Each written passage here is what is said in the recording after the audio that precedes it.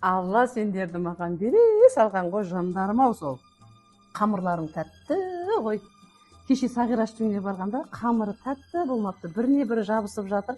Тем более дайын қамырды ала салғанда ешкім қамырын жеген жоқ қой. Өткенде біздің үйге келгенде бәрі айтып жатыр, ханым сенің келініңнің, екі келініңнің қолдары алтын ғой, қамырлары дәмді болады деп. Шынымен де ғой.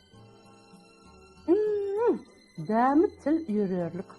Кенде 40 адамға қанша 6 табақ қой, жетеу ма? 6 табақ жаттық. Соны керемет болды ғой. Мама, біз сізге бір зат айтайын деп едік. Мен мынандай қамыр жеп отқан кезде любой сөздерін тыңдай берем ғой.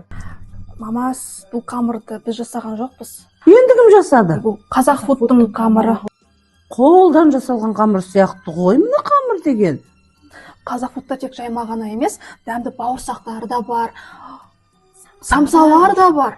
Манты бар еще, мама, манты, пельмень да бар. Енді сендер айтпаңдар осы қонақ күткен сайын самсасын қолданып жүрміз деп. Именно қонақ келетін күні доставкамен прям уақытылы жеткізеді, коробкаға салып, барлығын күшті қылып әкеп береді. Готовый тек қайнап тұрған сорпаға салатындай қылып. Мынандай дәмді жайма болатын болса, үнемі самсасын қолданып жүргендер болсаңдар, мен дейін қолдан жасалған деп жүрмін ғой. Осындай дәмді дайындалған өнім болса, өзіміздің қазақстандық өнім болса, тем более. Оны неге қолданбасқа?